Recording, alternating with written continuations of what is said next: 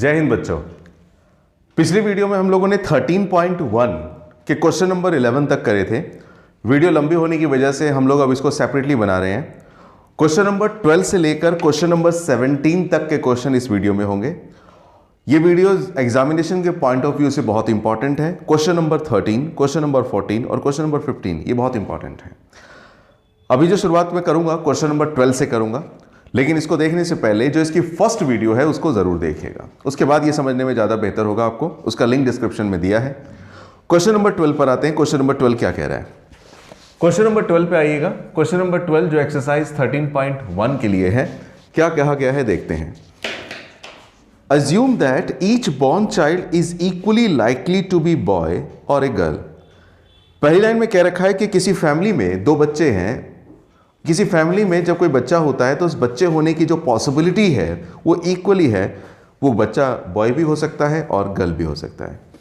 If a family has two children, what is the, पहली बात सुनिए, if the family has two children, अगर इस फैमिली में दो बच्चे हैं तो what is the conditional probability that both are girls.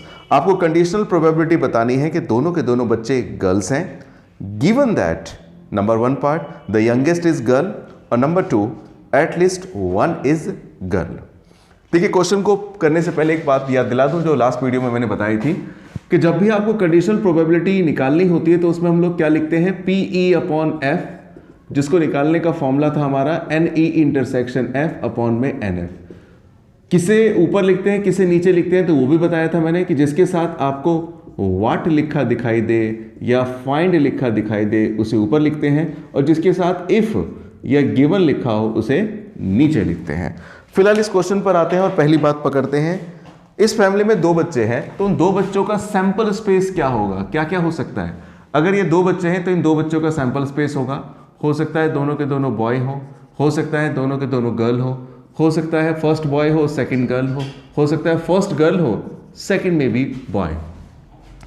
अब उसने क्या कह रखा है, प्रोबेबिलिटी किस चीज की पूछी है, what is the conditional probability. ध्यान दीजिएगा, what is the conditional probability, what के साथ क्या लगा है उसे पकड़ेंगे। What is the conditional probability of both are girls. What के साथ क्या लगा हुआ है, बोथ आर गर्ल्स, और उसके बाद क्या लिखा है, गिवन दैट, और गिवन के साथ क्या लिखा है। तो गिवन के साथ इस क्वेश्चन में दो पार्ट दे रखे हैं, दोनों पार्ट सॉल्व करने पड़ेंगे। एक पार्ट में क्या बोल रखा है, youngest is girl, youngest is girl, और सेकंड पार्ट में क्या रखा है, एट लिस्ट 1 इज गर्ल। तो जरा समझिएगा, मैं समझाता हूं। व्हाट वाला जो पार्ट है इसको मैं नाम दे देता हूं E। गिवन वाले पार्ट को दो गिवन है तो इसको मैं नाम दे देता हूं F और इसको नाम दे देता हूं G। तो देखिएगा जरा, मैं पहले लिखूं क्या, सबसे पहले क्वेश्चन में E लिखता हूं। E का मतलब क्या है, E का मतलब है बोथ आर गर्ल्स। तो मैं यहां पे लिखता हूं E का मतलब बोथ आर गर्ल्स, दोनों की दोनों गर्ल्स हैं। बॉस, अगर दोनों के दोनों गर्ल्स हैं तो इसका मतलब E में कौन कौन से एलिमेंट आएंगे, E में एलिमेंट आएंगे बोथ आर गर्ल्स का मतलब G, दोनों के दोनों गर्ल्स हैं। दूसरे नंबर पे पहला पार्ट में सॉल्व कर रहा हूं। पहले पार्ट को सॉल्व करने के लिए पहले पार्ट में उसने क्या बोला है, यंगेस्ट इज गर्ल, यानी कि हम कौन सा केस सॉल्व कर रहे हैं, हम लोग सॉल्व कर रहे हैं वो केस जिसमें बता रखा है youngest is girl, if youngest is girl. तो जो जिसके साथ इफ या गिवन लिखा हो उसे हमेशा हम डिनोमिनेटर में नीचे रखते हैं। तो यंगेस्ट इज गर्ल को मैंने क्या मान लिया, मान के चलिए F मान लिया। तो मैं यहां पे क्या लिखूंगा, मैं लिखूंगा F कॉलन, कौन सी कंडीशन है ये किस डिस्क्रिप्शन को डिफाइन कर रहा है। F का मतलब youngest is girl. Youngest is girl का मतलब क्या हुआ, जो छोटा बच्चा होगा वो गर्ल होना चाहिए। छोटा बच्चा गर्ल का मतलब, छोटा बच्चा गर्ल, यहां पे देखिए छोटा बच्चा गर्ल है, यानी कि दूसरे नंबर का बच्चा गर्ल होना चाहिए। यहां पे देखिए क्या है, गर्ल है। तो E में तो आपका G है, GG, और F में आपका है GG और BG। तो मुझे एक बात बताइए, यहां पर अगर मैं E इंटरसेक्शन F निकालूं तो E इंटरसेक्शन F में क्या क्या आएगा, एक ही एलिमेंट आएगा GG।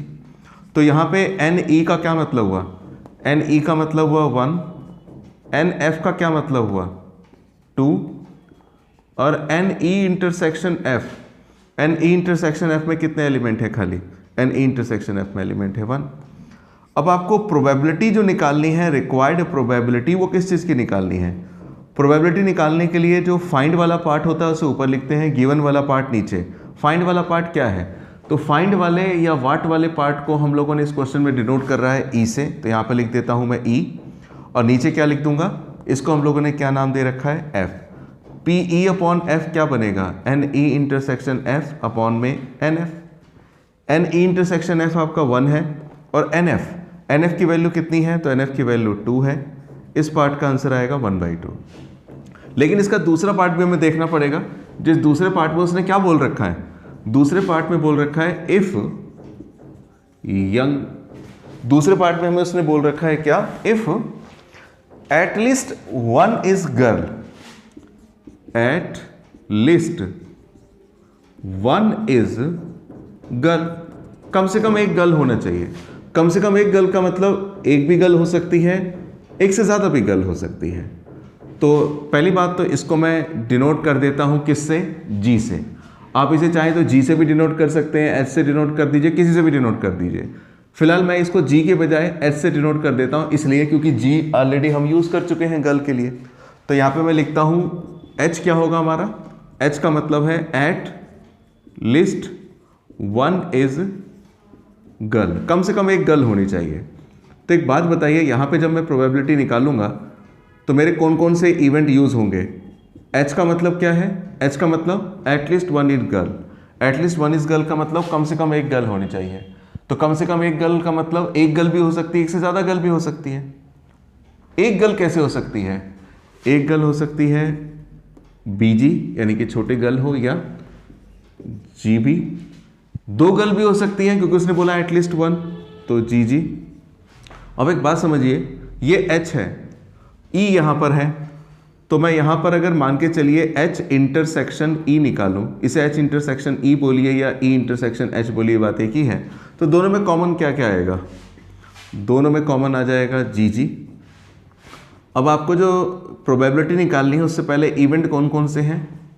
एन एच में कौन कौन से एलिमेंट हैं? एन एच में एलिमेंट है 3। एन ई में कितने एलिमेंट थे? 1।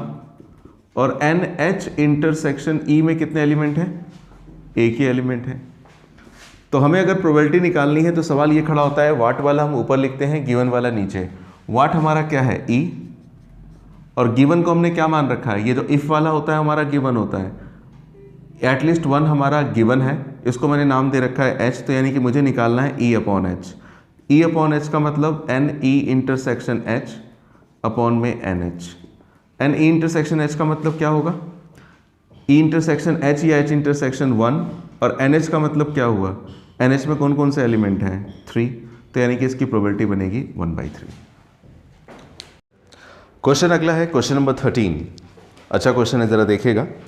क्वेश्चन में कह रखा है, an instructor has a question bank consisting of 300 easy true false question, 200 difficult true false question, 500 easy multiple choice question and 400 difficult multiple choice question.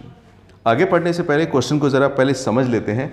एक बार में रीड करके चीज़ें नहीं समझ में आएगी, उसे थोड़ा सा मैट्रिक्स फॉर्म में रिप्रेजेंट कर देते हैं। अगर आपने अभी पढ़ा है ध्यान से तो देखिए इसमें 4 कैटेगरी दे रखी है। 4 कैटेगरी का मतलब, एक लिखा हुआ है इजी और एक लिखा हुआ है वर्ड डिफिकल्ट, फिर इसके बाद लिखा है ट्रू फॉल्स क्वेश्चन और दूसरा लिखा है एमसीक्यू क्वेश्चन। तो जरा मैं पढ़ रहा हूं, देखिएगा।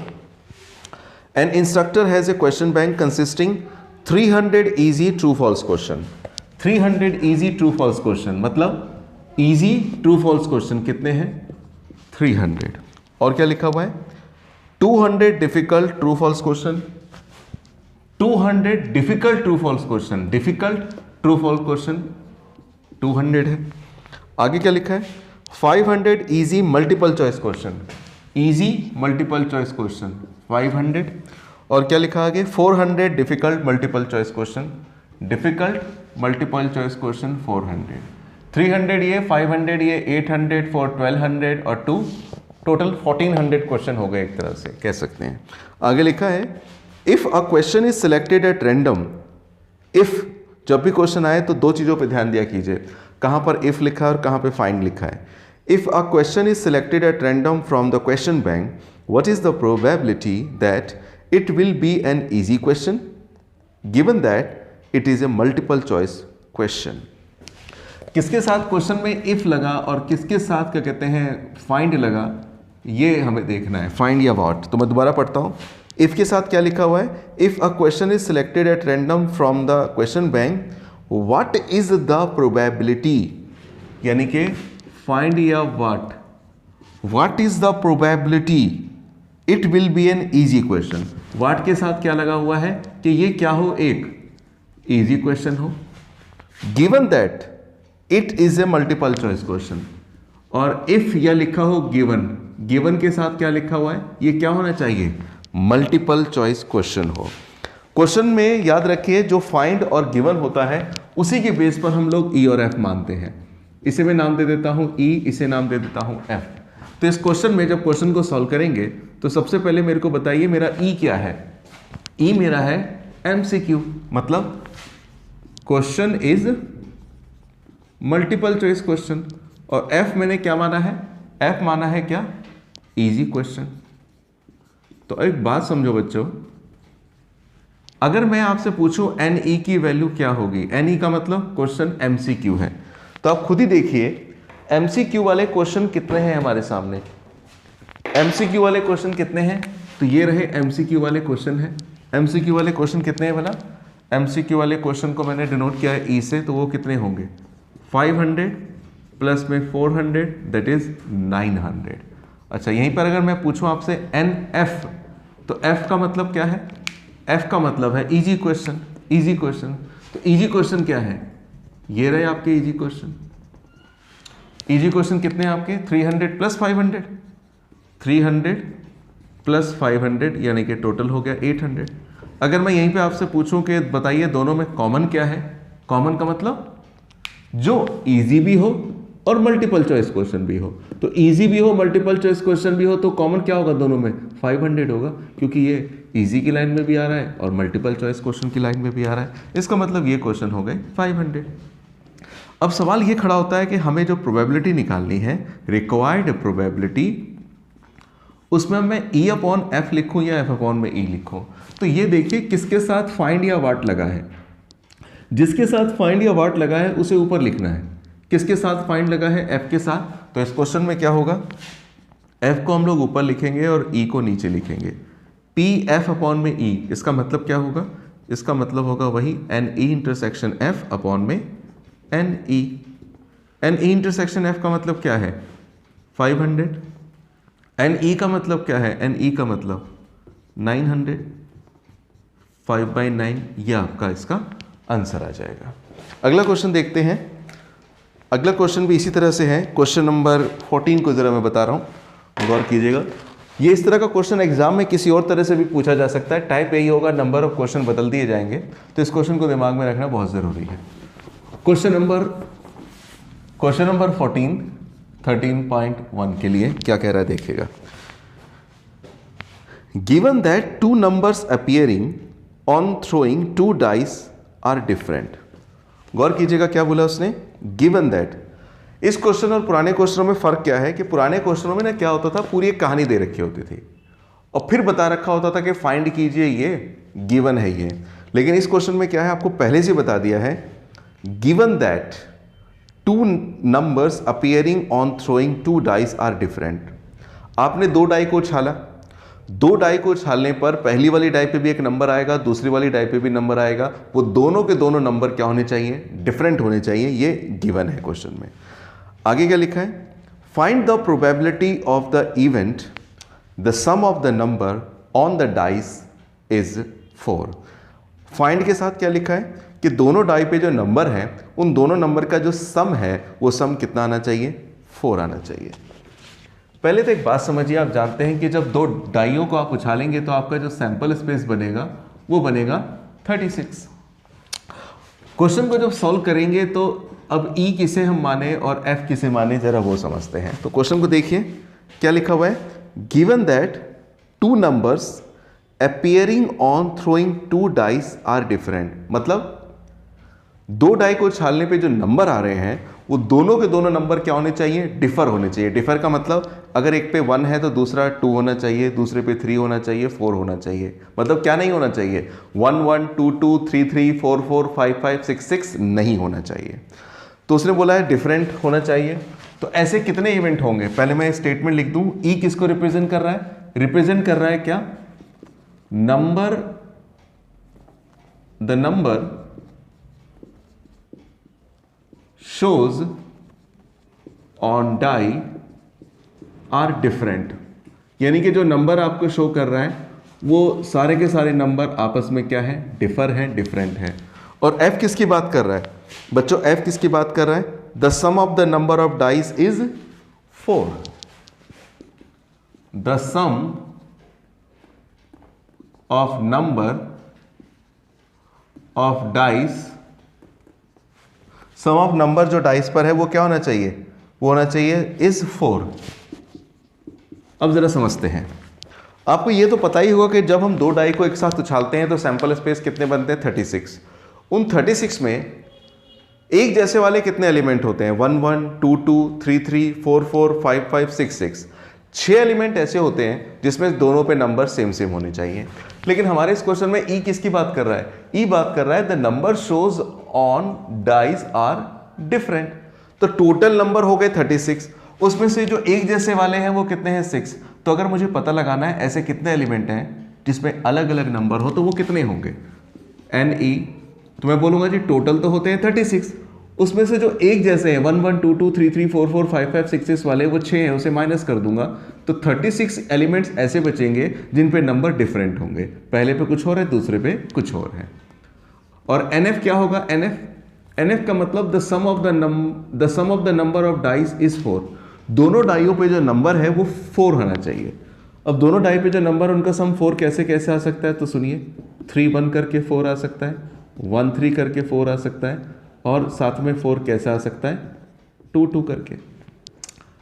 अब मैं अगर लिखता हूं कितने एलिमेंट, ये तो हमारा F बनेगा, लेकिन अगर मैं इसकी संख्या आपसे पूछूं, ये इसका सैंपल स्पेस मैंने पूरा क्यों नहीं लिखा, क्योंकि बहुत सारे बनेंगे इसलिए। तो NE आपका 36 - 6 आ गया 30। F में तो इतने एलिमेंट है तो NF में एलिमेंट कितने होंगे, 3। यहीं पर अगर मैं आपसे पूछूं कॉमन कितने आएंगे एलिमेंट दोनों में, E में और F में कॉमन कौन कौन से एलिमेंट आएंगे, ये अपने अंदर कौन से एलिमेंट लेके बैठा हुआ है जो दोनों के दोनों डिफर हैं, और इसमें कौन कौन से एलिमेंट है, 3 1 1 3 2 2, ये दोनों सेम हो गए। तो अगर मैं इन दोनों में कॉमन निकालूंगा तो कॉमन कौन सा आएगा, केवल 3 1 और 1 3 आएगा। तो अगर मैं एलिमेंट लिखना चाहूं तो एलिमेंट E इंटरसेक्शन F जो आएगा वो क्या आएगा, 3 1 आएगा और 1 3 आएगा, क्योंकि ये दोनों एलिमेंट इसमें भी हैं और ये दोनों एलिमेंट इसमें भी होंगे, क्योंकि इसमें कौन से एलिमेंट नहीं है कॉमन जिसमें सेम नंबर होते हैं, 1 1 2 2 3 3 4 4। तो इसका मतलब NE इंटरसेक्शन F में एलिमेंट कितने आ जाएंगे, NE इंटरसेक्शन F में एलिमेंट आ जाएंगे 2। तो अब आपने सबकी वैल्यू निकाल ली। सबकी वैल्यू निकालने का मतलब NE आपके पास दे ही रखा है 30, NF आपको पता ही है कितना है 3, और NE इंटरसेक्शन F आपको पता है 2 है। आपसे वो पूछ किसकी प्रोबेबिलिटी रहा है उसको देखना बहुत ज़रूरी है। आपको पता होना चाहिए जिसके साथ हमारा फाइंड लगा होता है उसे ऊपर लिखते हैं, जिसके साथ गिवन लगा होता है उसे नीचे लिखते हैं। क्वेश्चन को अगर आप पढ़ेंगे तो क्वेश्चन में साफ बोल रखा था शुरुआत में ही, क्या, given that the 2 numbers appearing on throwing 2 dice are different. दोनों डाइयों पे जो नंबर दिखाई दे रहा है वो नंबर दोनों के दोनों क्या होने चाहिए, डिफरेंट होने चाहिए। उसको मैंने क्या नाम दे रखा है, क्वेश्चन के हिसाब से अगर आप देखें, क्वेश्चन के हिसाब से देखिए दोनों आर डिफरेंट, ये आपका गिवन वाला पार्ट है और मैंने इसको क्या नाम दे रखा है, ई। तो गिवन वाले पार्ट को नीचे लिखते हैं, ई नीचे आ जाएगा, एफ ऊपर, यानी कि पी एफ अपॉन में ई, और ये पूरा किसके इक्वल होगा, N E intersection F upon में N E. N E intersection F कितना होता है हमारा 2, और एन ई हमारा कितना है 30, ये आ गया 1/15। ये हमारा आंसर होगा इस क्वेश्चन के लिए।